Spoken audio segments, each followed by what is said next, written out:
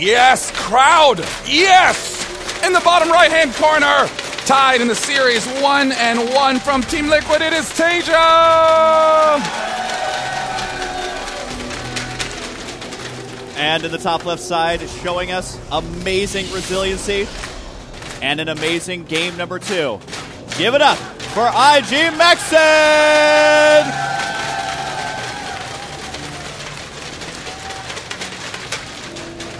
Sean, I'm just thinking when he gets back home to all of his StarCraft friends, his StarCraft family, and they're like, oh, we saw you beat Taeja. How'd you beat him? He'll be like, a probe. That's all Dude, all you need is probes and pylons, right? And an assimilator here and there. Such an awesome game there. Highly recommended. What a great match. I mean, incredible decision-making by MacSed to keep that Phoenix hidden, to be able to have the foresight in the middle of that base trade to get that Phoenix out, devoting all the Chrono Boost to that, and Chrono Boosting it 2 or 3 times, even though you only need 1, making sure it got out, and then hiding it for 10 minutes, making sure Taeja didn't pick that off. That was his one key to avoiding a draw, and Taeja is well aware of the metagame right now. Protosses tend not to Zealot Rush. Yeah. That's been out of style for a while. Do you remember in beta, though, like the first day of the beta, everyone just made Zealots and that's it? Like, if you watch the first cast on my channel, it's literally like David Kim playing Noonie or something, and it's like Zealots versus Zerglings the whole time. You know, awesome. I actually remember the first time I ever played on the beta. I'd owned the beta for about 30 minutes. Right. I did the fine match, got paired against some guy who built Banshees, and I didn't even know what a Banshee was. Yeah. And then I went to shoot it down, and it went invisible. And I was like, whoa, it's like a super Wraith. Yeah, it's like a Wraith that actually does damage to ground. And he was like, dude, you suck. And I was like, I've owned the game for like half an hour. I do love that. The game only being out for 30 minutes, still throwing around insults. But either way, we do have the Nexus going to be coming up here. Now, Sean, we've seen both players go for early macro here. Yeah. I don't even want to know a question I want to ask. Just serenade me with your sweet voice. I'm ready. No, I don't have a question. You just want me to serenade you? Yeah, with is the tricky part. Will Husky. Will Husky. They're going macro. Ooh. You know what's? And now I'm done. You know, I'm fully serenaded. Well, the kind of funky thing is that it's quite brilliant to see Taeja doing this. Almost always you see one barracks expand or Reaper expand. And all the timings from MacSed are designed to defend against those sorts of things while also getting the fastest Nexus possible. But, right. You know, if you think about it, why aren't more Terrans doing this sort of play? Hell, you can even just put the command center up on the high ground and then go double racks and you're even defended against proxies. God, that's greedy, but brilliant. I mean, this is exactly how to answer the modern Protoss who just cuts every corner.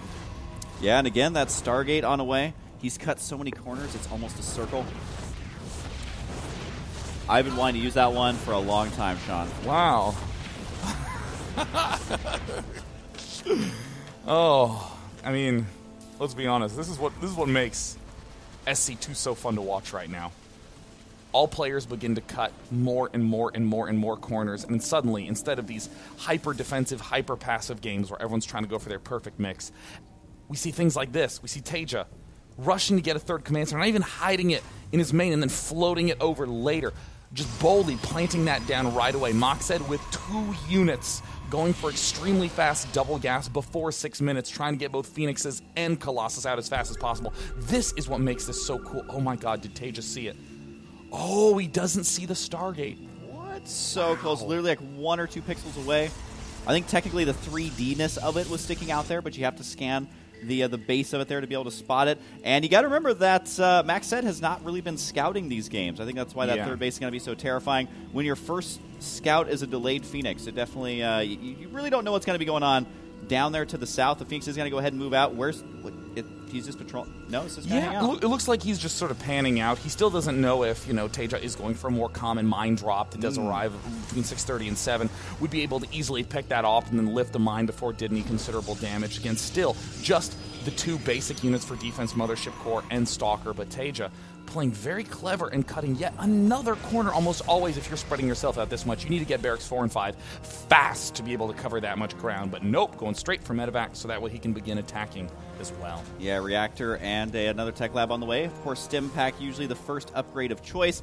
And if that Marine in the middle was paying attention, he would have spotted that Observer as it floats and glimmers down to that natural. And I'm kind of curious to see if MacSed actually scouts that third base or not.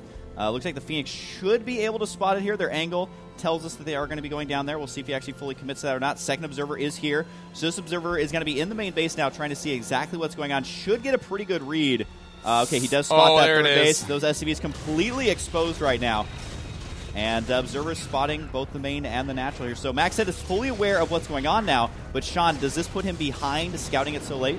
I would honestly say this is going to give MacSed a nice little advantage because, I mean, Taeja's going to have to go triple on the missile turret. So he won't quite be able to defend this as easily. He's going to have to spend quite a lot of funds. And Taeja's, spotting on the thirds and all that sort of good jazz. But interestingly, MacSed going for armor first. This would indicate a transition away from Colossus a little bit sooner, a little bit more focus on the Zealots. Taeja is just powering so hard. Are you kidding me? Double engineering bay after triple command center, after not building these 2 barracks early enough. I mean, Taeja is so confident in this situation. Yeah, I mean, confidence is the only way to say it. I mean, even after losing lots of SCVs to those 3 Phoenixes, it's like, all right, 1 missile turret's going to protect all that. Just assuming that Zealots won't be there, just assuming that there won't be any sort of timing there, and he's just going to continue mining there. Double gas going down at the third base as well, which that's a lot of gas for Terran. You don't normally see it that early, so it's going to give him lots of tech. And, I mean, he needs the money to afford all of those upgrades, but, we saw this from him in kind of previous years, really, going for the early double upgrades. No. There's a poor SCV trapped behind that engineering bay.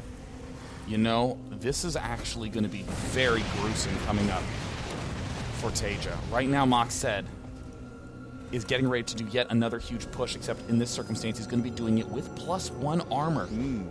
I mean, maybe he's actually trying to play defensive. This is still an exceptionally aggressive posturing with these early gateways. Yeah, I thought he was going to expand there, but no, he's actually bringing that probe down to throw down additional pylons. A minor engagement here in the middle, just trying to vie for that watchtower. But that pylon going to be going down the right side. Does he continue to sneak those around the edge of the map? The answer is yes. He's got another pylon already on the way. Factory going to be scouting out here. Oh, no, he's just going to camp it there, but it can be used for scouting as he already has all the tech. Yeah, I mean, it looks like it's going to be an attack. He's scooping away vision. Oh, gotta be careful. Look at this, Taeja. Sees this push coming, but it's been cleaned out. It looks so much like MacSed is trying to get up a fast third, but here's the issue. Wow, third starport coming down. Taeja went for the third starport, went for the 2-2 upgrades as a follow-up. Been focusing so much on gas, just does not have that big of a ground army. Only 27 Marines. There are already 2 Colossi out there. There's already 6 Phoenix. And suddenly, Taeja's realizing that this is not an expand play. This is a big push to try to win the game right here and now. And that's why pulling extra SCVs here is actually okay. Big Stims taking out the Phoenix. So they overextended a little bit there. They need to keep those alive. And all of a sudden, these Colossus are going to be extremely exposed for Vikings. That's enough to chase them down or at least kill out the face. A big warp into Stalkers. That's not exactly what you want right now with no blink, though. Taeja going to sweep through and crushes that with ease once again. Taeja in the game sees 1. He makes it look easy, able to hold it off, and GG.